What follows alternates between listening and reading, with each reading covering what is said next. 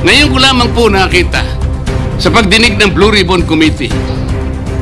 Nandun po yung Justice Secretary.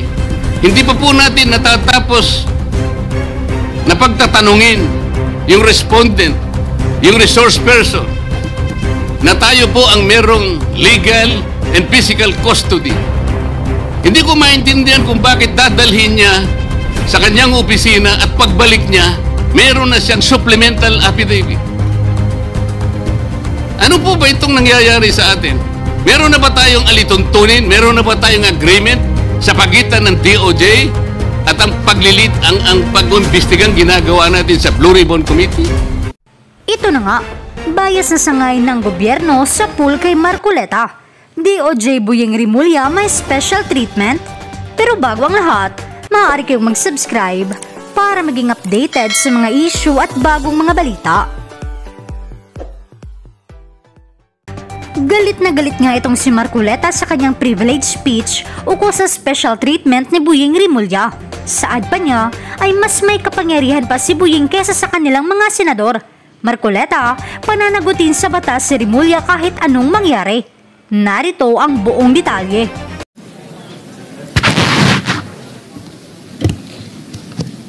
Marami pong salamat, Mr. President.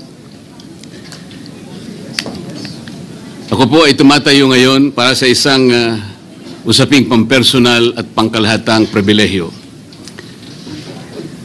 Ginoong Pangulo, ang gulo-gulo na po natin. Ito pong huling pagdinig sa Blue Ribbon Committee na kung saan ay lumabas po ang isang testigo na nagngangalang Master Sergeant Orly Gutesa. Ako po ay nabansagan na kulang po sa kortesiya. Para sa akin po ay hindi po tama na nagpapasaringan po tayo ng ganun. Iisa po ang ating layunin. Hindi po tayo magkakalaban sa layunin na matuntun po natin ang pinaka-problema kung bakit nasadlag po ang ating bansa sa ganitong kalagayan. Hindi ko naman po kasalanan ako po'y hanapin ni Sergeant Gutesa. Hindi ko po siya kilala eh. Hindi ko po kasalanan kung ako po ang hinanap niya at hindi iba. Nung pong makita ko po yung kanyang salaysay, ang sabi ko lamang po sa kanya ay, kung malakas ang loob mo talaga at naniniwala kang dapat mong gawin ito para sa iyong bansa, dalawa lang ang pwede mong gawin para sa akin. Ipanotaryo mo yan, at kung malakas ang loob mo, bukas ng umaga bago mag-alas 9, kailangan nandun ka na sa Senado. Alam po yung notaryo, para sa akin lang po yun eh. Gusto ko lamang siyang testingin kung talagang totoo nga ang kanyang mga gustong banggitin. Ang pinakamahalaga po ay haharap siya, tatayo, at susumpa sa kalagitnaan ng pagdinig. At doon ay pakikinggan natin. At doon ay sama-sama natin siyang i-interpolate. Tatanungin. Nakita naman po ninyo kung paano niya sinasagot ang bawat tanong. Walang pag-aalinlangan. Siya lamang po ang natatangi na testigo na kumonekta sa pangalan ni Saldico at Martin Romualdez. Wala nang iba. Ngayon po siya ay naharap sa napakaraming pasaring din. Bakit po ako ay walang kortesiya? Hindi po ba ako ay humingi ng panahon sapagkat hindi ko naman po alam kung talagang darating siya nung araw na yon, kaya hindi na po ako nagsabi. Gusto ko talagang paniwala ang darating siya. Dumating nga po siya, kaya ako siya inilabas. Pero kung pag-uusapan po ay kortesiya, balikan po natin ang mga nangyari. Nung ako po ay chairman pa ng Blue Ribbon Committee, nagkaroon po ng pagdinig. Unang pagdinig ay August 19, 2025. Isang araw bago po nagkaroon ng pagdinig ang Blue Ribbon Committee, ang ating pong kasama, si Senator Lacson, ay nagkaroon po ng posting. Sa Twitter po yata ito, hindi po ako sanay dito eh. Babasahin ko po, August 20, 2025. The Senate Blue Ribbon Committee hearing yesterday is akin to the cart going ahead of the horse. Had the cart waited one day, it would not have missed the details of the truth about the many substandard ghost projects and more that will be exposed in my privileged speech today. Yun po ba ay courtesy din? Sa akin pong palagay, hindi dapat po nagkaroon ng ganitong pagpapasaring. Alam ko po ba kung sino-sino ang tatayo para mag-deliver ng privilege speech? Matagal ko na pong sinabi noon kung kailan po ang pagdinig. Wala po akong itinago. Ngunit kung sasabihin na kung naghintay kami ng isang araw, ay mas marami pa sanang mga detalye at katotohanan ang naihayag. Hindi po ba sinabi ko sa inyo noon, mismong Pangulo ng Republika ng Pilipinas ang nagbigay sa akin ng USB na nandun po lahat ang mga proyektong pinaghihinala na ghost projects. Ayaw ko lamang pong ilabas ng isa-isa sapagkat sa aking pagkakaalam noon, Ginoong Pangulo, mali din po yung binigay na mga coordinate sapagkat ang pinagbasihan nila yung MYPS, hindi yung PCMA, na palagi ko pong binabanggit. Sa mga kapatid, kahit na po yung mga binanggit na projects ng ating kasama, salig po sa mga maling coordination eh. At saka konti lang, pinili lang. Nagkataon lang po maganda nga talagang pagkakapresent sapagkat kulang na lang po yung cinematography at saka screenplay. Kung meron pa lang sanang sound effects, baka nandun yan eh. Huwag po sanang ganun magpasaringan tayo. Iisa po ang layunin natin dito eh. Yung matukoy natin kung sino ang merong utak dito. Na ngayon po ay unti-unti na pong naihayag. Sino bang natatakot kay Martin Romualdez? Marami po siguro dito sa kapulungan ito. Pero hindi ako natatakot kay Martin Romualdez.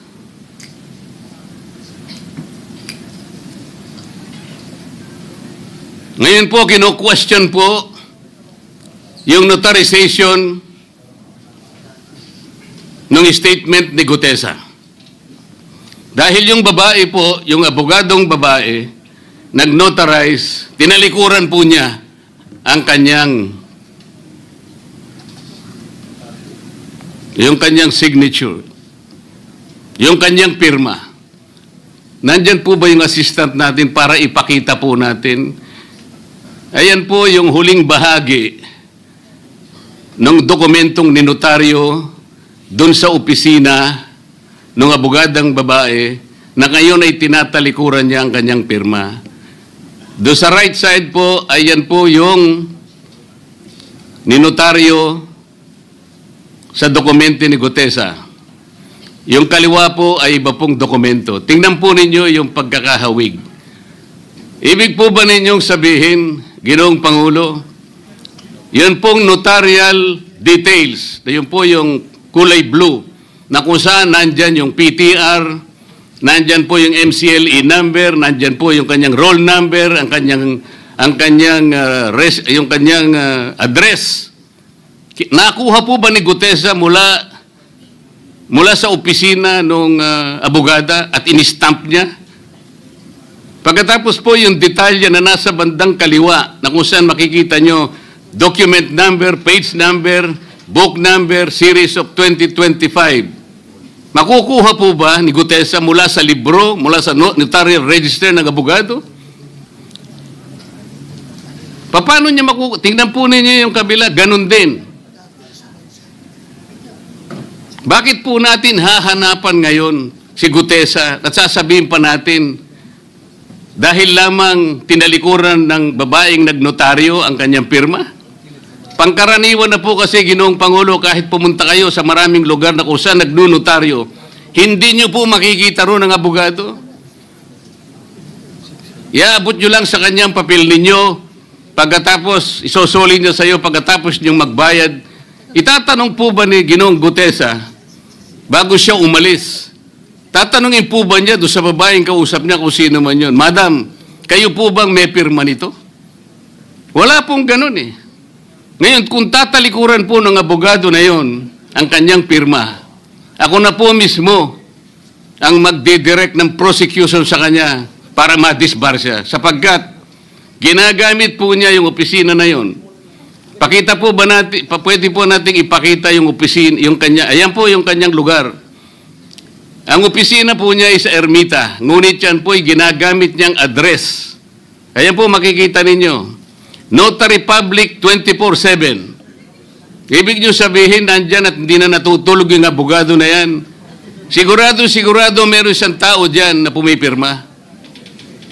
At ginagaya na lamang nung kanyang staff o secretary yung pirma niya. Ganyan po palagi. Kalakaran. Kalakaran, ngunit hindi tama. Sapagkat sa batas po ng notaryo, kailangan nakaharap po yung magnunotaryo sa nagpapanotaryo. Bakit po niya ngayon sinabi na hindi niya pirma yon? Maring hindi niya pirma, ngunit tinayaan niya kung sino man ang taong yon na ipirma yung dokumento.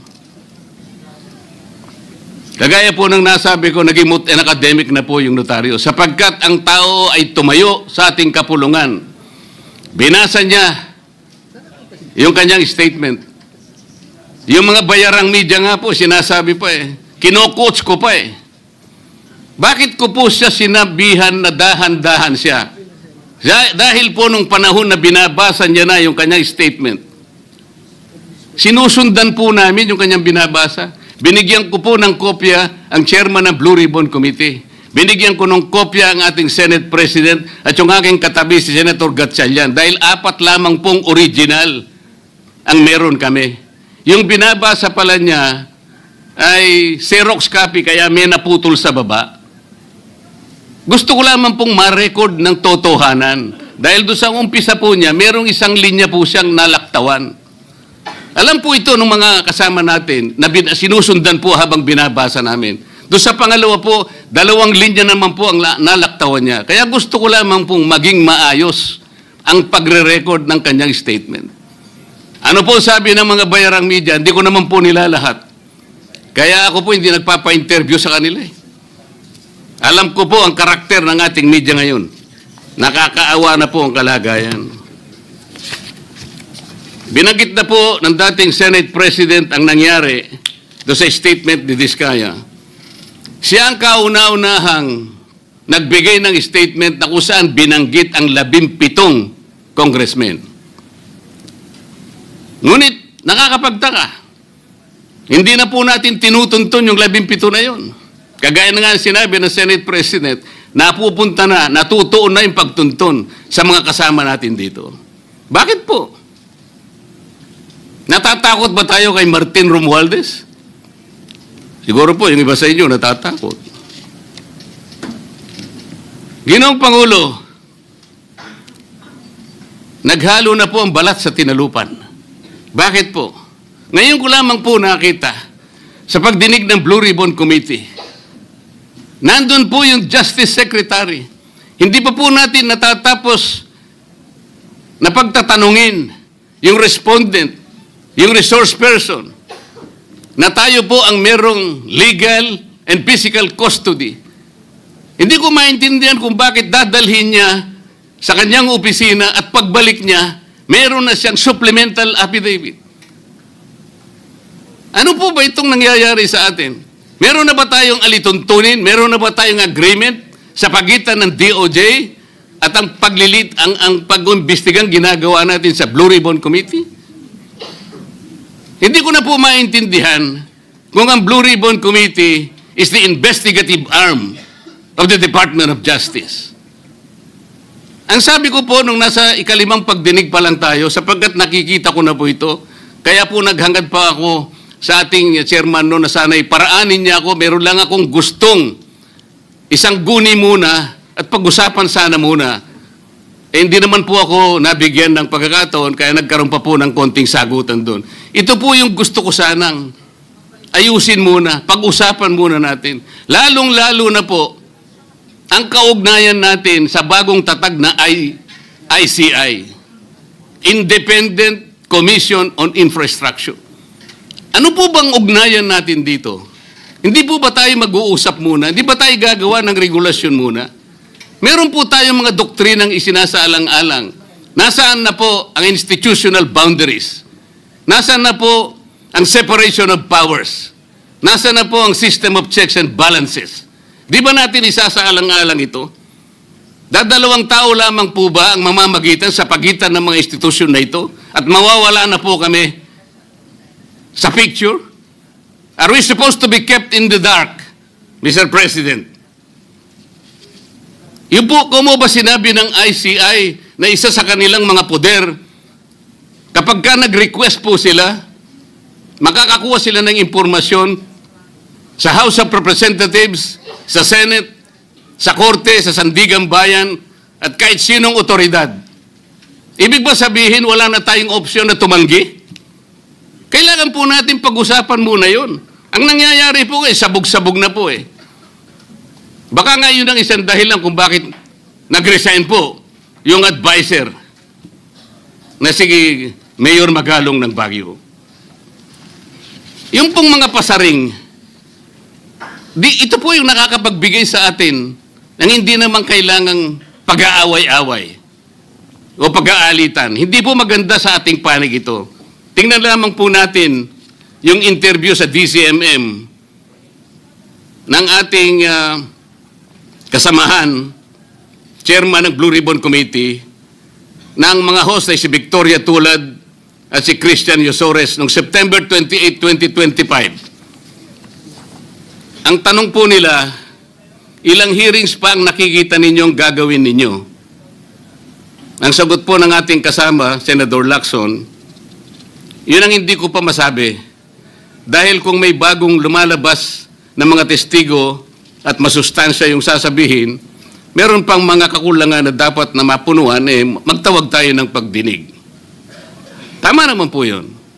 Pero ito pong pangalawang saknong, ang sabi po, pero kung paulit-ulit lang at masa-sidetrack o kaya palihis yung direksyon ng inquiry, yun ang i-assess namin kasi medyo lumihis na. Ano po yung lumihis? September 28, dito lumabas si Master Sergeant Orly Gutesa. Lumihis po ba o dumiretso? Mula kay Saldico, ikinonekta po niya kay Martin Romualdez. Sa akin palagay, dumiretso po, hindi tayo lumihis eh.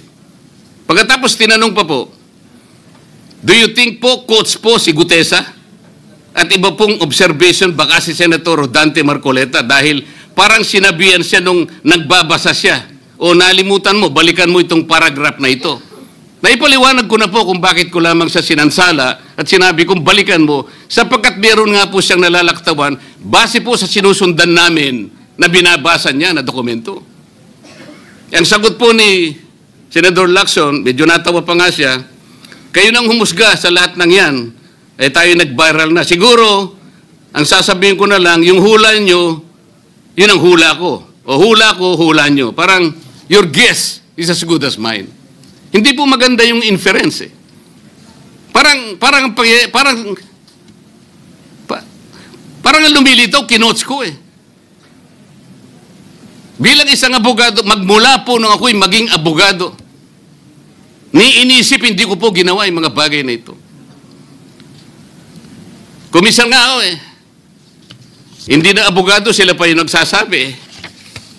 Katulad po ni Saldico, ang sabi ko lang naman po eh, matunog na yung pangalan niya, napakaraming sources na nagsasabi, kumukonekta kay Saldico, pwede ba natin siyang imbitahin?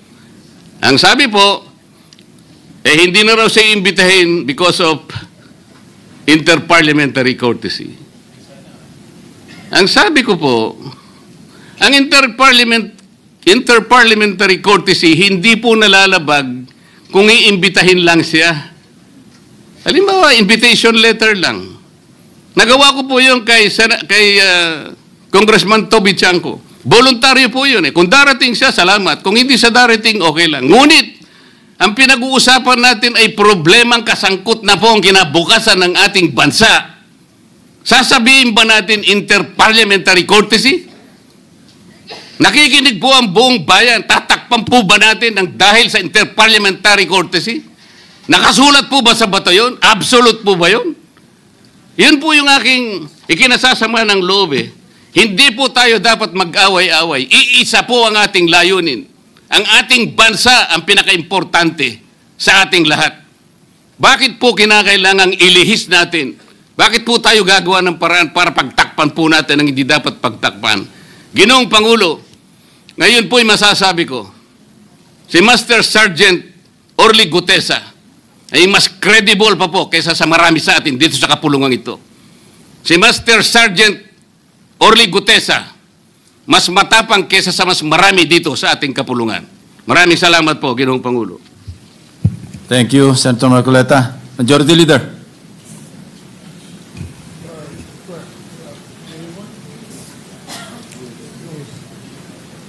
Mr. President, I move that we refer the